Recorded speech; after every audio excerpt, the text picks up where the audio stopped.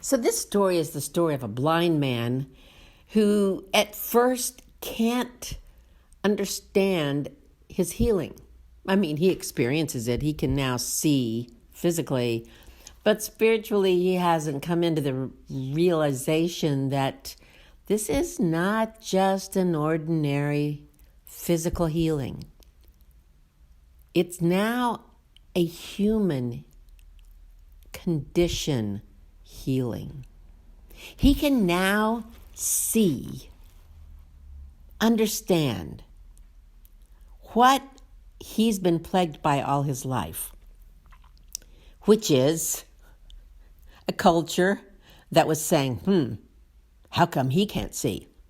Was it his parents? Did they do something bad? Were they bad people? What happened?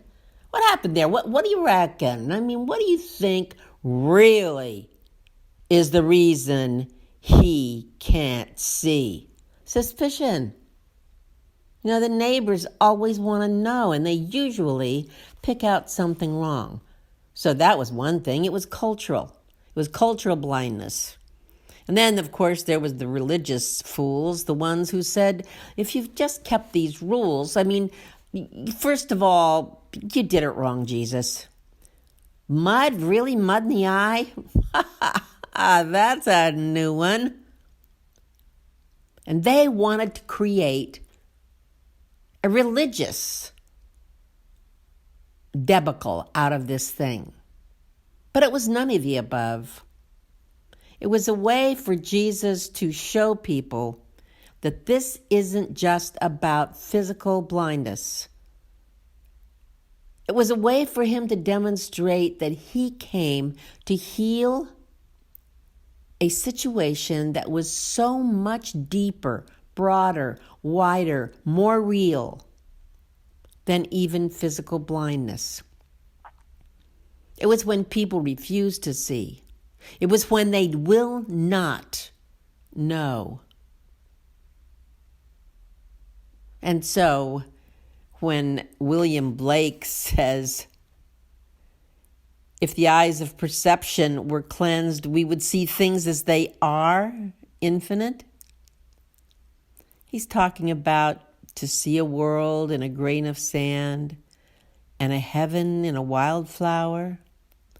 Hold infinity in the palm of your hand and eternity in an hour. Yeah, see, the poets lead the way. And then the scientists try to show us where the gaps are about things that they often do not know themselves. Like they don't know how a bird flies. I love that about science. It simply stops after the feathers are on. They know about evolution. They know how first feathers were simply a way of insulating the animal. And then they flew. But they don't know how that gap was closed. There's still no scientific proof of why, how we fly. So when we look at our lives, let's allow for the gap. You know how in New York or Paris it says when you're getting on and off the subway, mind the gap? Mind the gap. And allow ourselves to have experiences of heaven here on earth. My favorite cross, the one you see me wear most often, is a little turquoise cross that's even-armed. The even-armed cross is the symbol of heaven and earth uniting. Sometimes they do. I love that about Jesus.